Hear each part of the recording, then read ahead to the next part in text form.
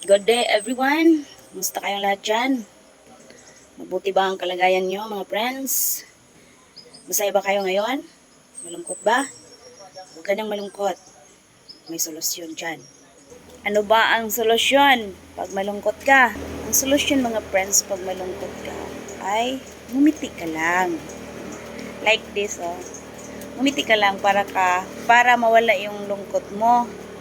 Diba? Joke lang mga friends. Usa ka butang maghatag nato o kalipay, murag gyud ang pagsampit nato sa Ginoo.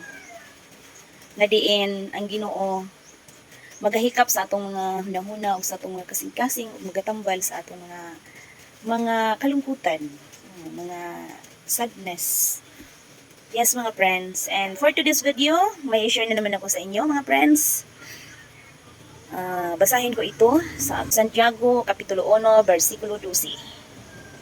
Bulahan ang tao nga barog taliwala sa mga pagsulay o taliwala sa mga pagtingtal kaysa iyang pagdaog makadawat siya sa kinabuhi. Ang ganti nga gisaad sa Dios alang atong mga nahigugma kaniya. Mga friends, narinig natin ang salita ng Diyos. Sabi ng Word of God na you are blessed. Bulahan ka pag may mga pagsubok na dumating sa iyong buhay. Then, sa mga pagsubok na dumating sa iyong buhay, mananatili kang malakas. Mananatili kang maging strong. Huwag kang magpadala sa sa mga kahinaan natin dito sa ating kalooban.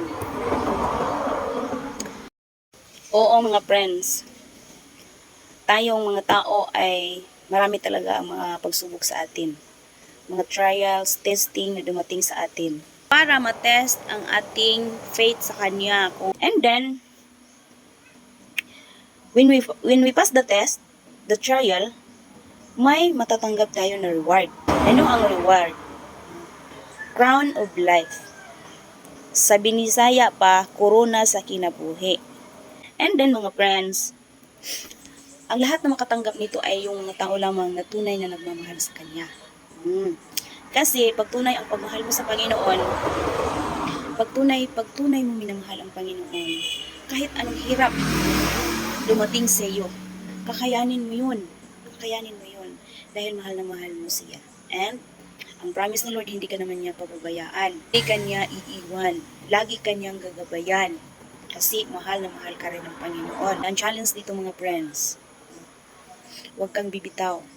Kahit anong hirap, kahit anong sakit, kahit anong bigat, ang mga suliranin natin sa araw-araw, kang bibitaw mga friends. Okay, bye-bye everyone. Thank you for watching.